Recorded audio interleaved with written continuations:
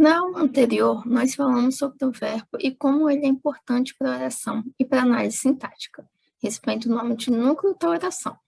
Mas o que exatamente é o verbo? Oi, meu nome é Tamires, eu sou professora residente no Liceu de Humanidades de Campos pelo Programa de Resistência Pedagógica e vim aqui hoje para falar com vocês sobre o verbo.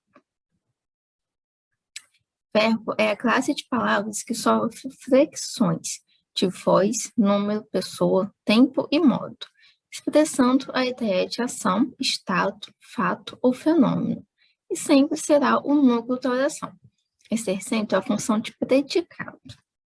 Ainda está confuso? Então vamos por partes. Sofrer flexões quer dizer que o verbo pode ser conjugado, que ele pode variar sua forma para indicar diferentes números, tempos, etc. E variar o número significa que a palavra que pertence à classe dos verbos pode mudar para indicar que há apenas uma coisa ou várias coisas, ou seja, para indicar singular e plural. Pense no verbo cantar. Quando você diz algo como nós cantaremos a próxima música, o verbo cantar sofreu flexões e mudaram a aparência da palavra. Por essas mudanças, você é capaz de dizer que a oração se refere a um evento futuro realizado por mais de uma pessoa. A variação de pessoa deve ser uma das primeiras coisas que vocês pensam quando ouvem falar em verbo. Eu, tu, ele, nós, vós, eles. Esses são os pronomes pessoais do caso reto, que nós utilizamos para expressar as três pessoas do discurso, também flexionadas em número. Então, se são três pessoas no singular e três pessoas no plural, nós temos os 6 pronomes comumente vistos no estudo de verbo. Os pronomes retos assumem a função de sujeito e por isso são usados para conjugar o verbo. Veja como fica o verbo cantar conjugado no futuro presente. Eu cantarei, ou cantarás, ele cantará. Nós cantaremos, vós cantareis, eles cantarão. Mas na flexão de pessoa, não é simplesmente colocar os pronomes. Os pronomes as representam, mas as pessoas mesmo são 3. A primeira se refere à pessoa que fala, a segunda é a pessoa a quem se fala, e a terceira é a pessoa de quem se fala. É só você pensar numa fofoca. Quem conta é a primeira pessoa e quem ouve é a segunda. E o assunto da fofoca é a terceira pessoa. A flexão de tempo também é velha conhecida de vocês, né? Pretérito mais que perfeito, futuro presente. Tudo isso são os tempos que o verbo pode variar para indicar diferentes momentos. Mas numa divisão sistematizada, nós costumamos dividir em tempo presente, que são os fatos que se passam ou estendem ao momento que falamos. Tempo pretérito, que são os fatos anteriores ao momento da fala e se divide em perfeito, perfeito e mais que perfeito. E o tempo futuro, que são os fatos ainda não realizados, também divididos em do presente e do pretérito. E todos esses tempos podem ser conjugados em 3 modos: indicativo, subjuntivo e imperativo. O modo expressa a atitude do falante. Assim, no indicativo, nós temos uma postura que indica certeza, enquanto que o subjuntivo é para fatos incertos e hipotéticos. Já o imperativo, além de representar uma ordem, pode ser encarado como um pedido ou um conselho. Essas 4 primeiras flexões de pessoa, número, tempo, modo, são indicados no verbo pelas desinências, modo temporal e número pessoal. Além das desinências, o verbo apresenta o radical e a focal temática. Aqui no exemplo, perguntarei. Até o T, nós temos o radical. O A já é a focal temática e o rei é a desinência, modo temporal. O radical e a focal temática formam um tema. Nem sempre os 2 tipos de desinência vão aparecer, mas quando eles aparecem, eles estão ligados ao tema. Podemos observar isso aqui na conjugação do verbo beber, que é formado pelo radical bebe pela focal temática E e o R, que é a marca do infinitivo. Aqui no exemplo, que está no pretérito mais que perfeito do indicativo, estão marcados de amarelo as desinências modo temporal e de azul as número pessoal. A parte não marcada é o tema, constituído de radical e focal temática. Sabemos que o pretérito mais que perfeito é o passado do passado, ou seja, indica uma ação ou acontecimento que passou antes de outra. Por exemplo, João já trancara a porta quando Maria chegou. Nessa frase, temos duas situações acontecendo. João trancando a porta e Maria chegando. E o verbo chegou, que está na terceira pessoa do singular do pretérito perfeito do indicativo, a gente sabe que a ação de Maria chegar aconteceu no passado, ou seja, já passou, ela já chegou. Mas antes disso acontecer no passado, primeiro João trancou a porta. Assim, a marca da desinência modo temporal do pretérito mais que perfeito é o ra.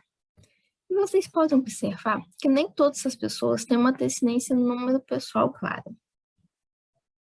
Por fim, a flexão de foz é dividida em três tipos.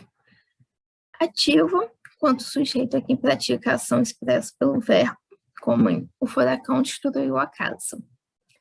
Passiva, quando a pessoa sofre a ação, sendo um sujeito agente. A casa foi destruída pelo furacão. E a voz reflexiva apresenta uma ação que é praticada e sofrida pelo próprio agente, ou ao mesmo tempo que a ação é praticada, ela é sofrida. A casa se destruiu. Aí vão alguns detalhes sobre a voz passiva, que é como o verbo se apresenta para indicar o sujeito como paciente da ação. No geral, voz passiva se apresenta no tempo composto, ou seja, num tempo formado por dois verbos, o auxiliar e o principal. O verbo auxiliar sempre será ou o ser, ou o estar, ou ficar, acompanhado do particípio do verbo principal. E o verbo principal sempre é um verbo transitivo direto, porque quando o verbo passa para a voz passiva, o sujeito e o objeto direto mudam de lugar. Observe um exemplo. Maria visitou duas colegas. Aqui a gente tem Maria como sujeito e duas colegas como objeto direto. Quando a gente passa para a voz passiva, a gente tem o duas colegas, que era objeto, virando sujeito, e Maria passando para agente passivo, que é um assunto que eu vou explicar um pouquinho mais lá para frente. Mas isso não quer dizer que todo verbo transitivo direto pode ser posto na voz passiva. E a voz passiva pode ser de dois tipos, a passiva analítica ou passiva sintética. A passiva analítica é formada por um verbo auxiliar temporal, como no caso ser, estar ou ficar, seguido do particípio principal, do verbo principal.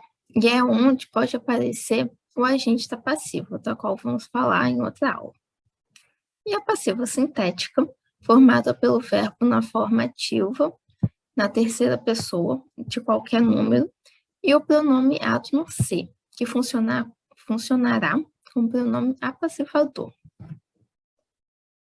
A voz reflexiva ocorre quando a ação verbal não passa a outro ser, podendo reverter-se ao agente, como me visto, te feriste, ou atuar reciprocamente, como em eles se amam, ou indicar movimento do próprio corpo ou mudança psicológica, como em sentou-se ou zangou-se. Eu quero terminar chamando a atenção de vocês para as locuções verbais, que são dois ou mais verbos passando uma única ideia, mas não são a mesma coisa que tempo composto, porque a locução verbal pode ser formada por qualquer combinação de verbo auxiliar com verbo principal em uma das formas nominais. Mas tome cuidado, porque não basta que os verbos estejam juntos, eles precisam passar uma única ideia. Veja os exemplos para você entender melhor. Nas locuções verbais, o verbo principal pode se apresentar em qualquer uma das formas nominais, enquanto o auxiliar irá se flexionar para indicar tempo, modo, número e pessoa. Os verbos auxiliar e principal podem, ainda por cima, estar unidos por uma preposição se o verbo principal estiver no infinitivo. Como estamos vendo o assunto de análise sintática, eu quero destacar que o verbo principal é quem vai ser considerado mesmo o núcleo da oração. Apesar de que, enquanto fazemos análise, vamos pensar na locução como um todo. E como eu comentei lá no Faz Passiva que ela formava um tempo composto, acho justo explicar que o tempo composto é um tipo de locução verbal que acontece quando temos verbos ter, haver e ser se combinam com o particípio de outro verbo e formam um novo tempo verbal, sendo 9 as formas compostas. Lembra que eu disse no início da aula que o verbo pode expressar a ideia de ação, estado, fato, fenômeno? Essas ideias vão levar o verbo a ter diferentes classificações, dividindo-se em verbo significativo, de ligação e impessoais.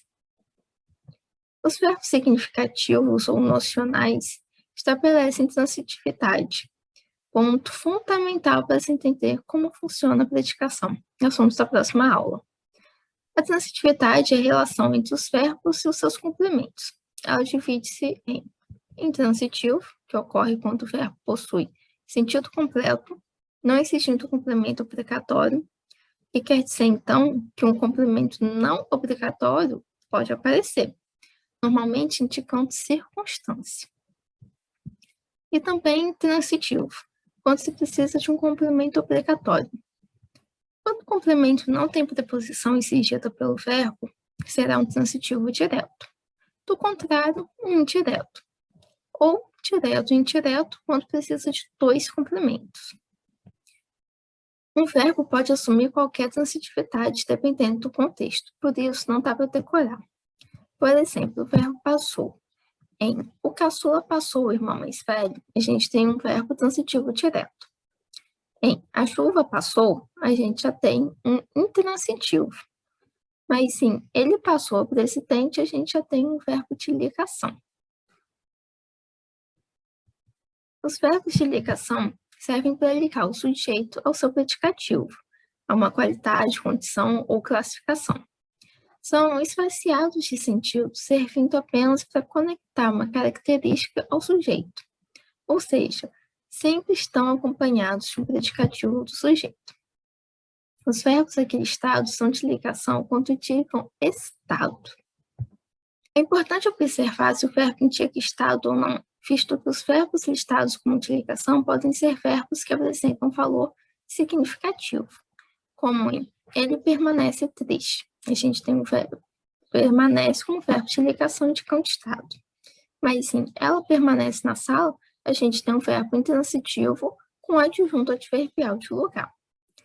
E em eu andei muito preocupado, a gente tem um verbo de ligação com predicativo do sujeito. Mas sim, eu andei muito hoje, a gente tem um verbo intransitivo com adjunto adverbial de intensidade e tempo.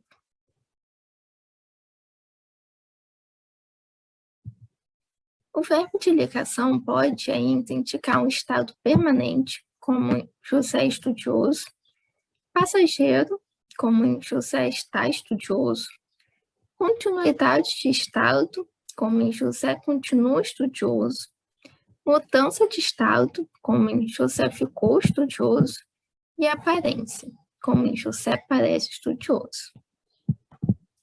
Por fim, os verbos impessoais são aqueles que não possuem sujeito. Lembra que na aula passada, quando eu mostrei as funções, falei das orações sem sujeito? Então, elas acontecem aqui, pelo fato de os verbos impessoais não permitirem um sujeito que pratica a ação que eles expressam.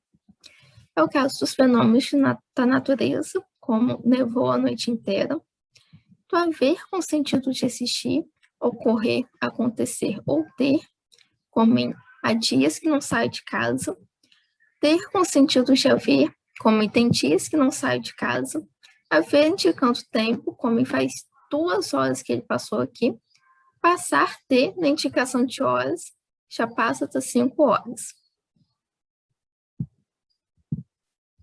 Tem mais alguns detalhes sobre verbos que eu não comentei aqui, porque elas não são essenciais para o estudo da análise sintática. Mas se vocês quiserem, posso fazer depois outro vídeo falando sobre elas, que são a classificação de acordo com a focal temática, as formas nominais e os verbos regulares e irregulares, anômalos, defectivos e apontantes. Você deve estar se perguntando aí, mas Tamires, eu preciso saber de tudo isso para fazer análise sintática? Sim, preciso. Porque o verbo é a parte mais importante do rolê e você não sabe que tipo de verbo vai encontrar pela frente. Para quem tem dificuldade com a conjugação dos verbos, fica de olho lá no meu Instagram, @estude.tamires, que em breve eu vou liberar um material de estudos que, além de ajudar vocês a estudar essas características do verbo, vocês também vão poder treinar a conjugação. Então, não esquece de deixar o seu like aqui no vídeo, se inscrever no canal e compartilhar esse vídeo com seus amigos.